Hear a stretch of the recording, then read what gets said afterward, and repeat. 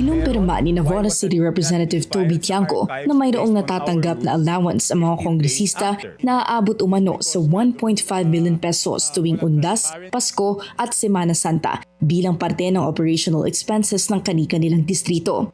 Sa kanyang mensahe sa Billionaire News Channel, hindi lang daw sa Administrasyong Marcos may ganitong allowance kundi sa mga nakaraang administrasyon. Anya, nang pumasok siya noong 2010 sa administrasyon ni dating Pangulong Noynoy Aquino hanggang sa Duterte administration, may million peso allotment talaga ang mga kongresista na ginagamit para sa maintenance and other operating expenses o MOOE, ang mga aktibidad ng kanilang distrito habang walang sesyon sa batasan. Naungkat ang usaping ito kasunod ng aligasyon ni Batangas 1st District Representative Leandro Leviste na may natanggap na 2 million pesos ang bawat congressman nitong Disyembre bilang Christmas bonus. Bagaman sang-ayon si Tiangco na dapat liquidated ang allocation na ibinibigay sa mga kongresista, hindi niya kinumpirma na bonus ang tawag dito dahil operational expenses daw talaga ang alam niyang ipinamimigay sa kanila. Kung bakit 2 milyon ang nabanggit ni Leviste, hindi niya rin daw masabi dahil hindi naman siya nakatanggap ng tseke Disyembre nitong nakaraang taon.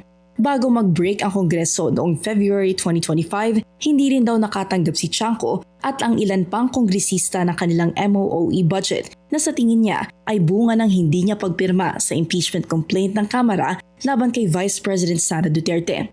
Si Tiangco ay tumayong campaign manager ng administration-backed alyansa para sa bagong Pilipinas slate. Samantala, pagdating sa umano'y maanomalyang 2025 national budget, kine-question din ni Tiangco kung bakit tumalon mula sa orihinal na 16.34 million pesos ang budget ng House of Representatives paakyat sa tumataginting na 33.67 million pesos. Ani Tiangco, 17.32 million pesos ang idinagdag sa Bicameral Conference Committee na mas malaki pa raw sa original proposal sa ilalim ng National Expenditure Program. Dagdag ni Tiangco, dapat maipaliwanag ng dating House Committee on Accounts Chairperson and Tingog Party List Representative Yeda Romualdez, ang asawa ni former House Speaker Martin Romualdez, kung bakit ganito kalaki ang paglobo ng budget ng Kamara noon. Sa isang social media post ngayong umaga, nagpahayag ng paglilinaw si Leviste at sinabing hindi naman niya inakusahang iligal ang perang ito. Parehong nananawagan ng transparency sina Tiangco at Leviste sa kanilang kapwa mambabatas para isapubliko ang kanilang mga pinagkagastusan ng allotted MOOE sa kanilang distrito.